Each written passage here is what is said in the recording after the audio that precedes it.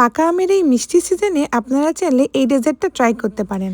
নামি দামি যে কোনো রেস্টুরেন্টকে হার মানিয়ে দেবে এই ডেজার্টের এতটাই স্বাদ।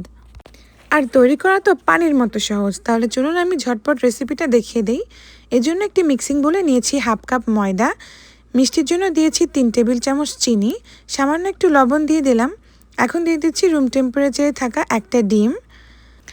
তো আর দিয়ে দিচ্ছি এখানে লিকুইড দুধ 3/4 কাপ। এখানে একটা জিনিস মাথায় রাখবেন, একটা ডিমের জন্য অবশ্যই হাফ কাপ ময়দা ব্যবহার করতে হবে, এর থেকে বেশি ব্যবহার করা যাবে না। এখন আরও দিয়েছি 1 টেবিল চামচ রান্নার তেল, আর ফ্লেভারের জন্য অল্প একটু ভ্যানিলা এসেন্স দিয়ে দিয়েছি। এখন সব কিছুকে খুব ভালো করে একটা হ্যান্ড উইক্স দিয়ে মিশিয়ে নিচ্ছি। এটা একদম লাম্পস ফ্রি একটা ব্যাটার তৈরি করতে হবে। আপনারা চাইলে এটা এভাবেও তৈরি করতে পারেন, আবার চাইলে এরকম অল্প একটু ফুড কালার দিয়ে দিতে পারেন। তো আমি এখানে প্রথমে অরেঞ্জ ডিপ ফুড কালার দিয়েছিলাম, পরে মনে হলো যে কালারটা ভালো আসেনি, তো অরেঞ্জ ফুড কালারের সাথে আমি আরও একটু ইয়েলো ফুড কালার মিশিয়ে দিয়েছি, তখন এরকম সুন্দর আমের কালারটা চলে এসেছে। এখন এটাকে আরও বেশি লাম্পস ফ্রি করার জন্য আমি একটু ছেঁকে নিচ্ছি। এতে করে ছোট যে দলাগুলো ছিল সেগুলো এই ছাঁকনিতে আটকে যাবে, আর খুব সুন্দর একটা স্মুথ ব্যাটার তৈরি হয়ে যাবে। দেখুন কতটা স্মুথ হয়েছে।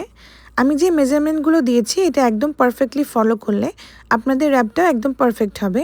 যদি একটু গরমেল হয় তাহলে কিন্তু র্যাপটা ভালো হয় না, তো এটা অবশ্যই খেয়াল রাখবেন।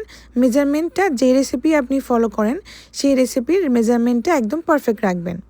এখন চলে এসেছি চুলায় আমি একদম মিডিয়াম লোতে রেখে একটা প্যান গরম করতে দিয়েছিলাম। প্যানটা গরম হয়ে গেলে হালকা সামান্য ঘি দিয়ে একটু ব্রাশ করে নিয়েছি। তারপর এখানে 1/4 কাপ করে এরকম ব্যাটার দিয়ে দিলাম। এতে করে প্রত্যেকটা র্যাপই একদম পারফেক্ট হবে, মানে কোটোটা ছোট বড় এরকম হবে না। তো এই তো দেখুন একটা সাইড হয়ে গেলে এটাকে আমি উঠিয়ে নেব। এটা একটা সাইডেই কুক করতে হয়, অন্য পাশটা উল্টে দেওয়ার কোনো দরকার নেই। এক পাশেই এটা ভালো মতো কুক হয়ে যাবে। যখন দেখবেন খুব ভালো মতো স্প্রেড হয়ে গেছে তারপর অপেক্ষা করবেন, তারপর দেখবেন ওপরটা খুব সুন্দর মতো কুক হয়ে যাবে। একটা আঙুল দিয়ে চেক করতে পারেন, যদি দেখেন যে উপরে কোনো রকম লিকুইড ভাব নেই তার মানে এটা হয়ে গেছে। তো ঠিক একইভাবে আমি সবগুলো তৈরি করে নেব। তো যতটুকু ব্যাটার আমি তৈরি করেছিলাম সেই ব্যাটারটা দিয়ে আমার মোট 6টা ক্র্যাব তৈরি হয়েছে, আর দেখুন এরকম কি সুন্দর হয়েছে দেখতে।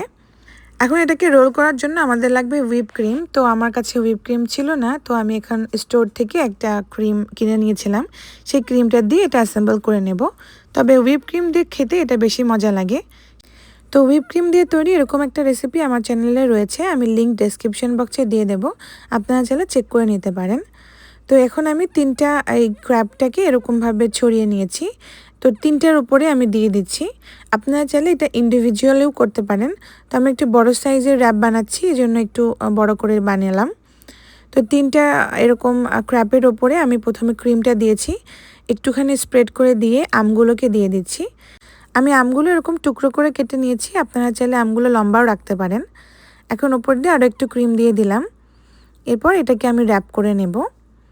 তো আমার র্যাপ করতে যেয়ে মনে হলো যে আরও কয়েকটা র্যাপ লাগবে, তো আরও একটা দিয়ে আমি উপর দিয়ে ভালো মতো সিল করে দিয়েছি। আর একটা জিনিস খেয়াল করেছেন, আমার ক্রিমটা একটু লিকুইডই হয়ে গেছে। যদি এটা আমি বাসায় তৈরি করতাম, মানে বাসায় নিজের হাতে তৈরি ক্রিম, তাহলে আরও বেশি পারফেক্ট হতো। আমি যেহেতু দোকান থেকে কিনে নিয়ে এসে করেছি এই জন্য এটা একটুখানি লিকুইডই হয়েছে, তবে এটাও খেতে অনেক মজা। আপনারা অবশ্যই বাসায় ট্রাই করে দেখতে পারেন।